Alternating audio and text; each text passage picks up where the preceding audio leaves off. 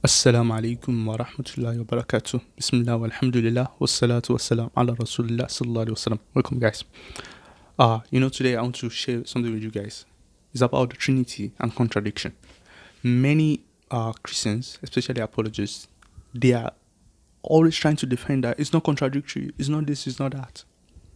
And that's why I don't think you should be making the argument that the Trinity is contradictory. It depends on what you are saying is contradictory with.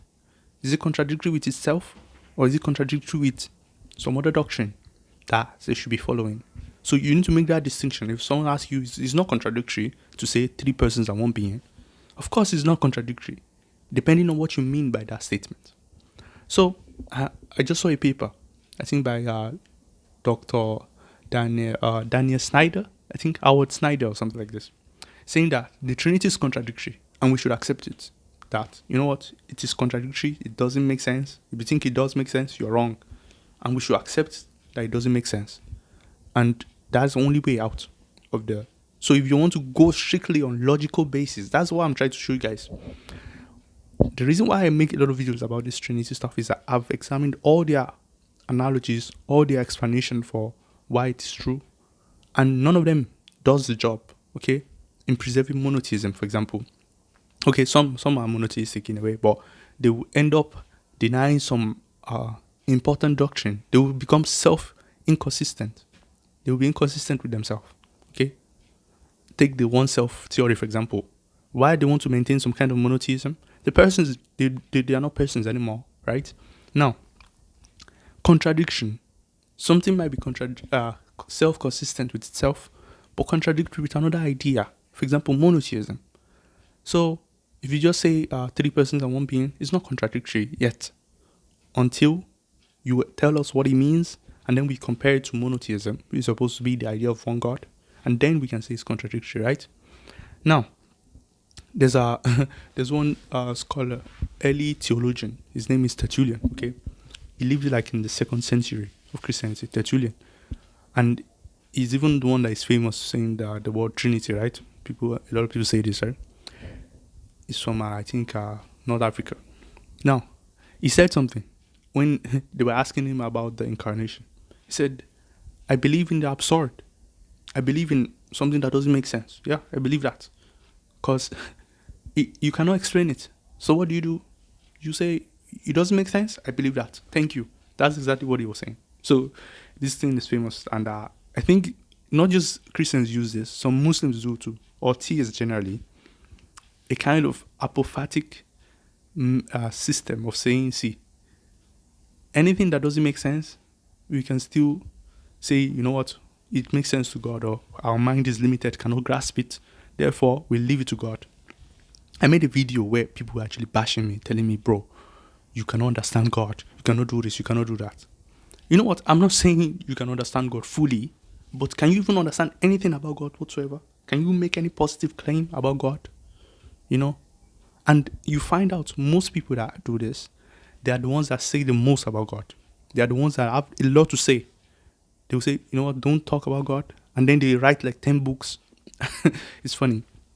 But anyway, there are some things in that the claims that the Christians have made, okay, that it turns out that while they are saying we cannot understand God, why are you telling me three persons and one being if we cannot understand God?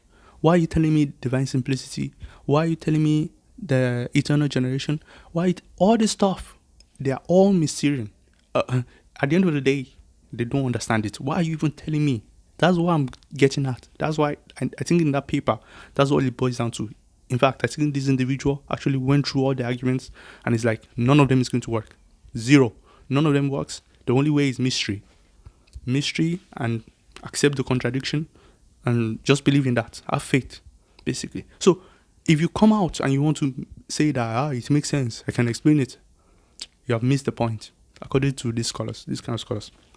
And it's true. In a way, it's true, because I've tried every one of them. What it ends up going to is that when you start examining it, you get to a contradiction. When you get to a contradiction, you know what you do? You appeal to mystery. That's the only way. You'd be like, I don't understand it, but God does. Then shut up. Don't come and start teaching us as if you know it. Like, if I don't know something, why would I come out and start telling you, hey, this is how it is, don't say that one, you know? How do you know I shouldn't say it? But anyway, guys, the only way out for most of this Trinity doctrine is to appeal to mystery. So the moment someone comes, first ask him that question. Do you understand what you're about to tell me? Are you sure you understand it? Or you're just repeating what you heard from the apologist or someone that claimed you understood it too?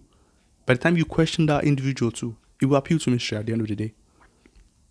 Now, can we just let it go like that and say, you know what, they appeal to mystery, what can we do? I think nobody, no theist that believe in God thinks they can understand God fully or grasp the essence of God. You cannot grasp the essence, the entirety of God, because we are limited in knowledge. Yeah, all of this is true. Now, when God tells us that there's only one God, can you now say, you know what, we don't understand God, God can be three if he wants? What do you mean? That statement needs to have a meaning. If God makes a positive claim about himself, and you are saying it's a mystery, it's not a mystery. Monotheism is not a mystery. It's clearly distinct, right, from the idea of more than one God. You have one God, and then you have more than one God. That's all. That is it. There's no middle ground. Because that's exactly what you're trying to do. Trying to find a middle ground between polytheism and monotheism. You know, I coined a term. Monotheistic polytheism and polytheistic monotheism.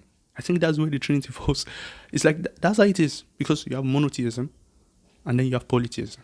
And then you are saying there has to be a middle ground. I'm telling you, especially the social Trinitarians, that they've already taken a position where you seem to have three gods, but they still want to maintain that, wait, if there's no three gods loving themselves and all of that, you cannot have. And they want, since they make that claim, then they have to say, it cannot be strict monotheism. There's this term now, like strict monotheism or radical monotheism. Bro, there's only monotheism and polytheism. There's no radical anything. It's because you guys already deviated from the statement of monotheism, one God. See, the Jews and the Muslims, they don't agree about theology.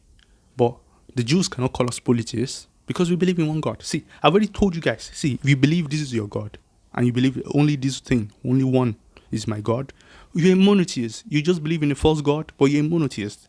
If you now have like, I don't know, you believe in like these two things, and you're like, this is a God, this is a God, and I believe in both of them, you have a false belief, and also you're a polytheist. It's so simple. It's a concept, you know. Now, if I now say, imagine, like the way it seems to me now, some of them, it's like they are saying when God said there's only one God, it didn't mean there's one God, like literally.